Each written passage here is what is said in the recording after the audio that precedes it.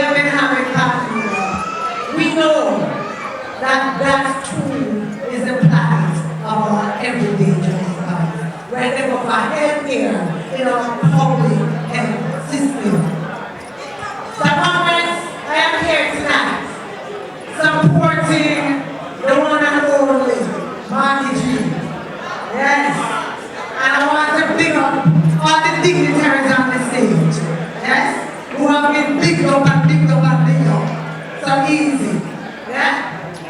And I want to say to you that the people of Jamaica needs a minister of health who is not just in a source of PR.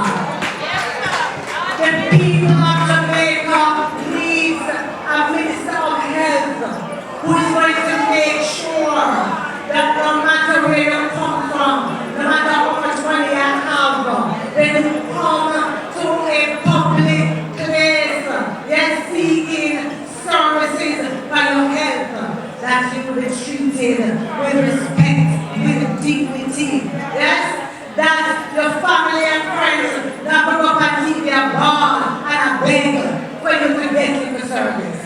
And that is what Marty G promises. So if you're ready for a real minister of health, let me hear you say, we're ready. If you're ready for a real minister of health, let me hear you say, we're ready. All right. Then let me talk a little bit now about education. Can I tell you, the current minister of education seems to be a very nice lady. But I don't know what happened because it looked like she fell asleep at the job. Not true? Yes.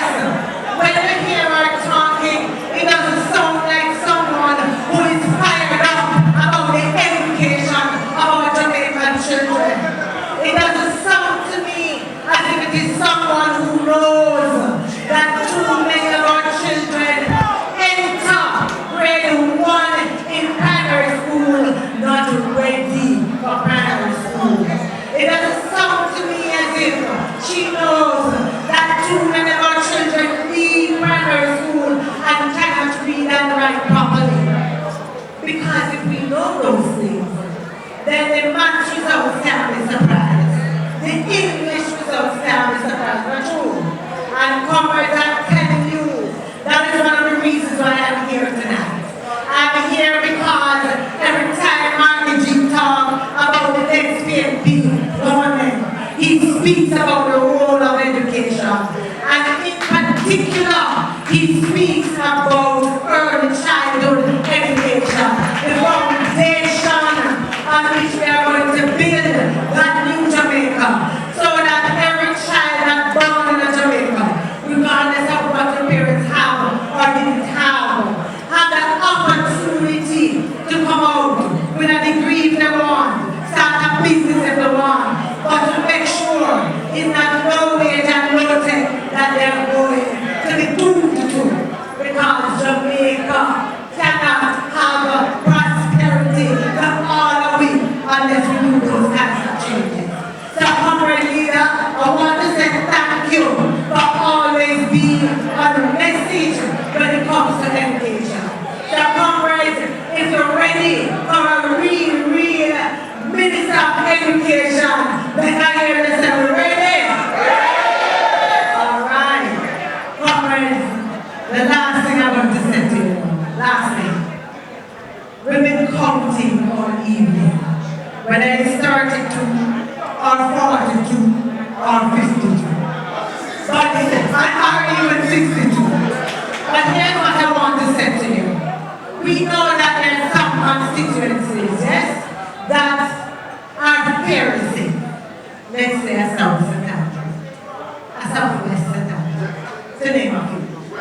And then we don't really want nobody to take me out on the scene. We just a name too. I was called Western Sudan, Western Sudan. Right? And if I start, you know, saying East Central Sudan. South Sudan, South Sudan. If I ever start. But here's what I want from you, comrades. Here's what I need from you. I want you as you go daily business.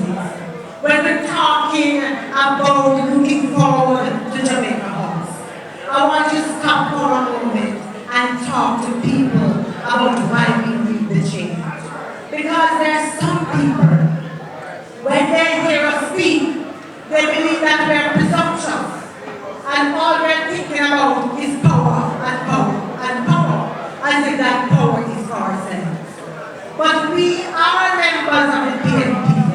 So the only power we seek is power for the people and not for ourselves. Yes? And you have to talk to them about what kind of changes we see and why it is we need a man of integrity in Jamaica House. Why it is we need someone in Jamaica House who we can believe in, right? Who we know will make sure that the dreams of the everyday Jamaican is going to be realized. And in doing that, Congress, some of us have to come up with our own constituencies. Yes? Because we have to go out there and find some of the other constituencies that are a little bit more difficult. Yes? The Eastern St. Andrew. The East Rural St. Andrew. Yes, the West Rural St. Andrew. Yes, the East Central St. Catherine. Yes, and the West Central St. Andrew. Because we're not leaving no one behind. We're going all out. But comrades, your task is to make sure that you're doing more than just a self-centered or a strong constituency. Go out there and help the others because we need a minimum of 32. But if we can get the 42 we want, and if we can get the 52 we want, and we all be needing 162